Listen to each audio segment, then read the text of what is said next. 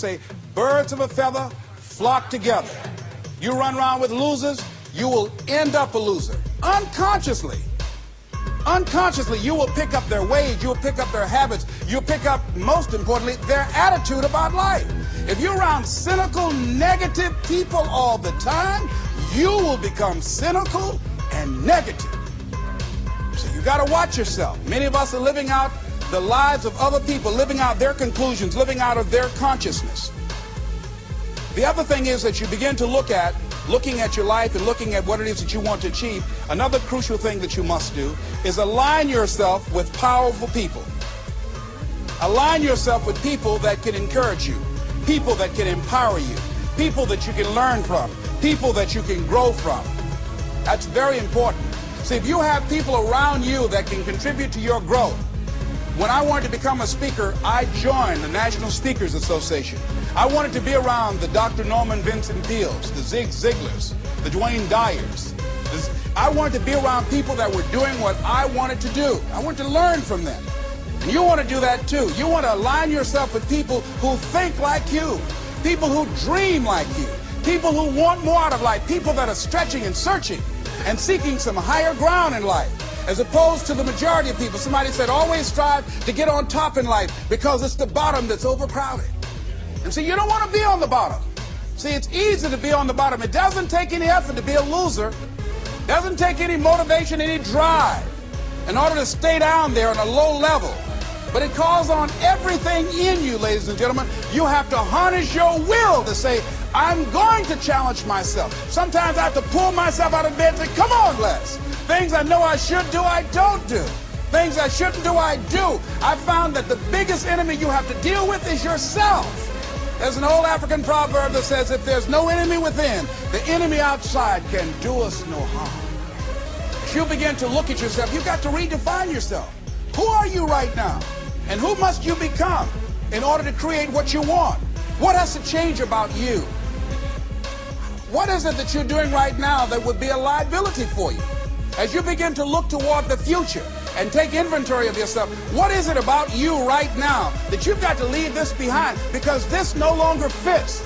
Looking at where you want to go and the kind of person that you must become, the kind of standards that you have for you.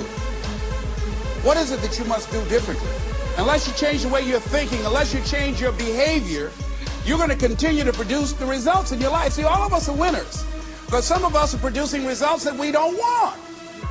And so all you have to do is look at your game plan, look at your strategy. How is it that you have been being? What is it that you've been doing to produce this? So you're the director, you're the producer, you're writing the script, you're the star of your life. And as you begin to look at your life, you can decide whether or not it's a smash or whether or not it's a flop. That's in your hands. Look at your life, look at where you want to go. Don't worry about your circumstances. Don't worry about your age. I have a friend who's up in age, over 70, and she wanted to build a multi-million-dollar complex. The name is Dr. Johnny Coleman. Lenders and bankers say, you can't do that, you're too old. She ignored them. That building now stands, ladies and gentlemen, a multi-million-dollar structure. But there are a lot of people who would have listened to that. There are a lot of people that would not have even gotten to that point. They would have talked themselves out of even going down to the bank to ask for it, because they've already said no to themselves. See, it's time now. If you want to make this your decade, you've got to start saying yes to your life. You've got to start saying yes to your dreams, yes to your unfolding future, yes to your potential, as opposed to saying no. See, 87% of our self-talk is negative. So you've got to make a conscious, deliberate, determined effort to say yes to your dreams. Why not? Why not me? Don't spend time like most people going through life complaining. Don't try and get on talk shows and tell everybody how life has done you wrong. Here's what's happening in the audience. 80% don't care, and 50% glad it's you. All right? So when you know that, you don't go around, oh, you know what they did to me. Who cares? Get away from me before they come back. It doesn't matter what happens to you. The only thing matters, what are you going to do about it? That's all that matters. Okay, life knocked you down. What are you going to do about it? How long are you going to sit there and say, you know what they did to me? How long? Who wants to hear that racket? Use that energy to get up from there and move on and get on with your life. You got to learn to let the past go. so you can grow. Many people never act on their dreams because they allow their past experiences to determine what their possibilities are. Whatever you've done in the past, that's not a reflection of your possibilities. That's just a reflection of your consciousness. That's just a reflection of your development and your growth. The future is unfolding for you right now. The future is unlimited for you right now. No one knows where you can go. No one knows what you're capable of or what's possible for you. You don't even know that. I had no idea, ladies and gentlemen. No one could have convinced me that I was able to do this. I'll never forget, I was speaking in Detroit, and a high school friend of mine saw me afterwards, and he was backstage. He said, "I can't believe it's the same person." And I thought for a moment, and I said, "It's not.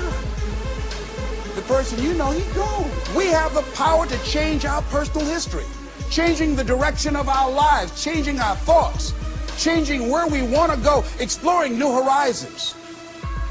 So as you begin to look at this decade and affirming that this is your decade, as you set goals that will make you stretch, that will bring out the best in you, as you begin to remove the negative, toxic people from your life, as you decide to take some chances in life, and that's one of the things that's very important. This God said, if you're not willing to risk, you cannot grow. And if you cannot grow, you cannot become your best. And if you cannot become your best, you cannot be happy. And if you can't be happy, then what else is there?